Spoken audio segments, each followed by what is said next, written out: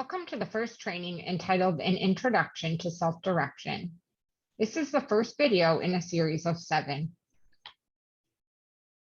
Self-direction is a way for participants to receive services that ensures the participant has choices about the services and supports they receive. In today's training, we will further define self-direction, explain what the participant's role is in self-direction, explain who is the employer of record and what their responsibilities are, explain how self-direction provides choice and control, explain the differences between traditional services and self-direction, discuss the hallmarks of self-direction, share the key components of self-direction, explain the timeline of self-direction, and describe what self-direction looks like across the country. Before we start, I want to share my story about self-direction with all of you. I began self-directing after college when traditional services did not accommodate my lifestyle and schedule. When using an agency in college, I was unable to choose who came in and out of my home every day. The first time I met my caregivers was when they showed up for their first shift.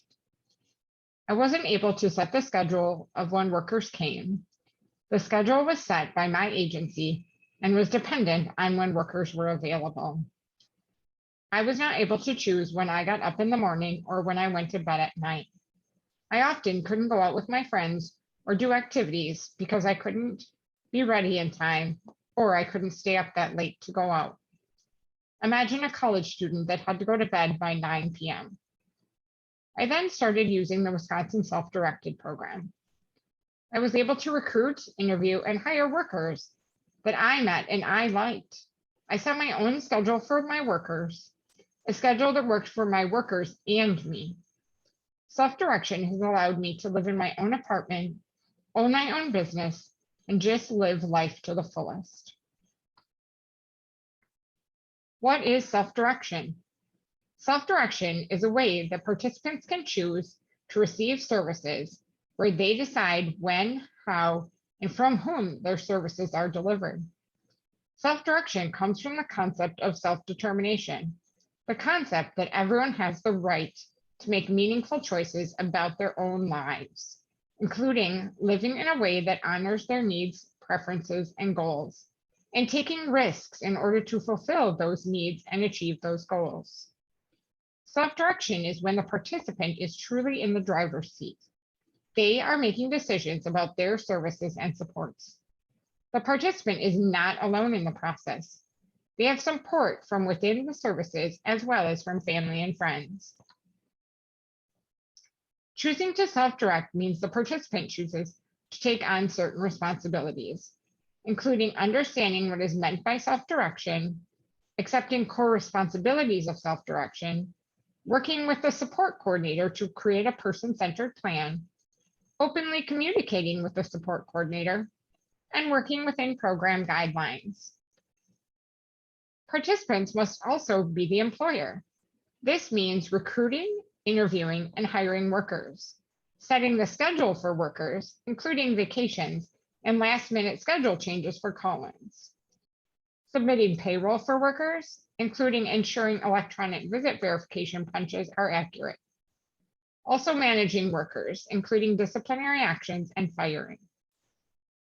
Other duties include ensuring spending is within the budget and receiving and responding to notices sent by the Financial Management Services Agency and/or the state of Alabama.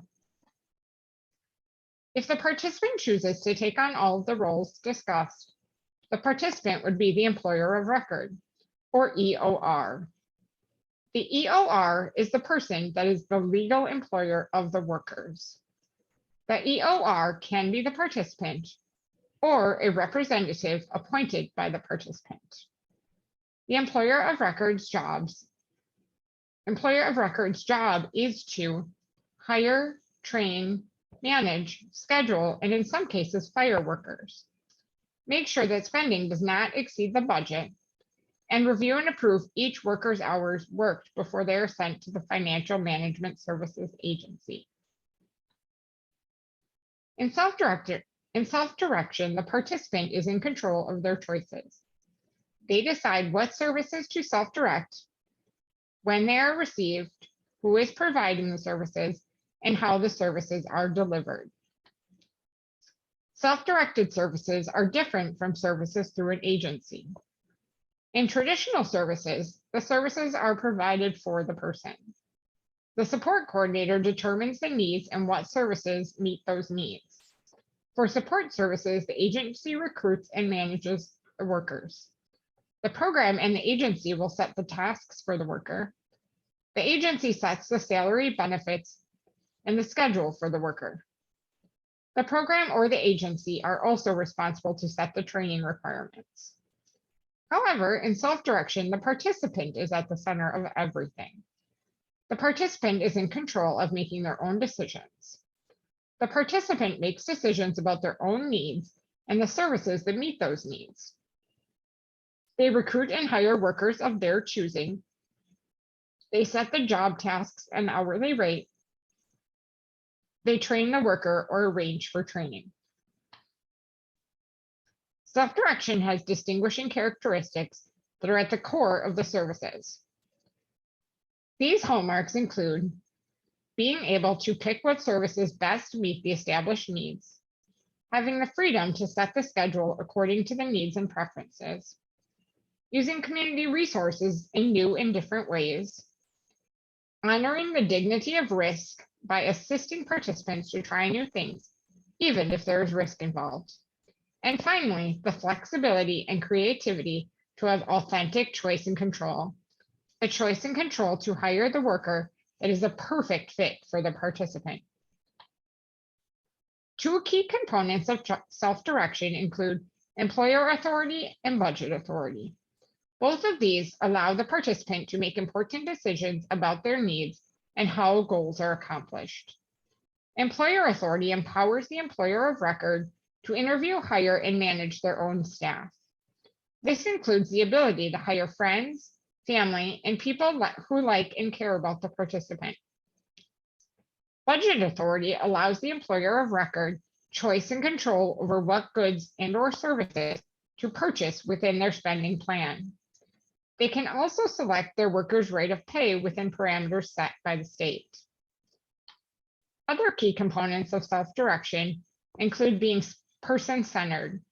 This means the participant is at the center of their services, making important decisions with support as needed.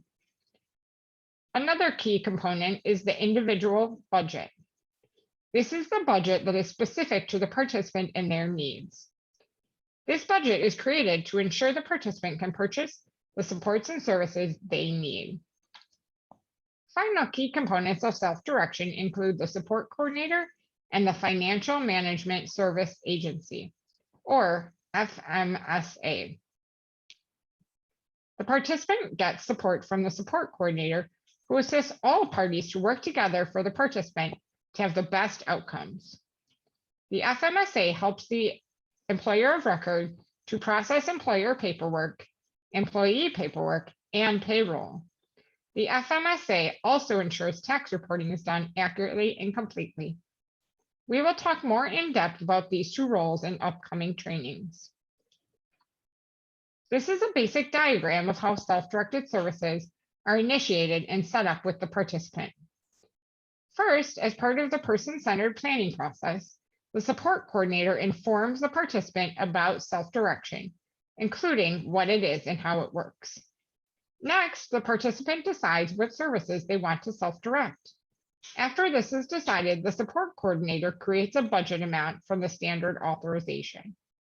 Also at this point, the participant decides if they want to be the employer of record, or EOR, or if the participant wants to appoint a representative on their behalf.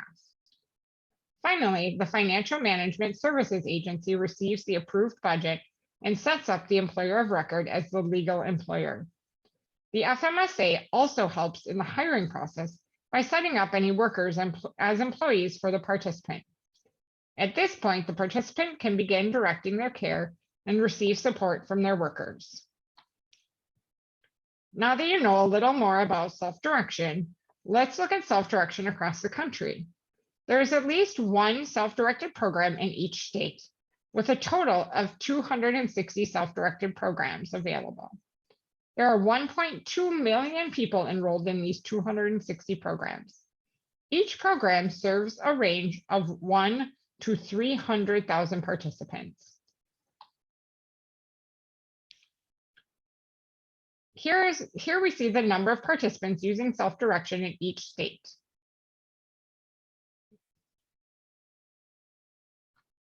Thank you for watching Training 1, an introduction to self-direction.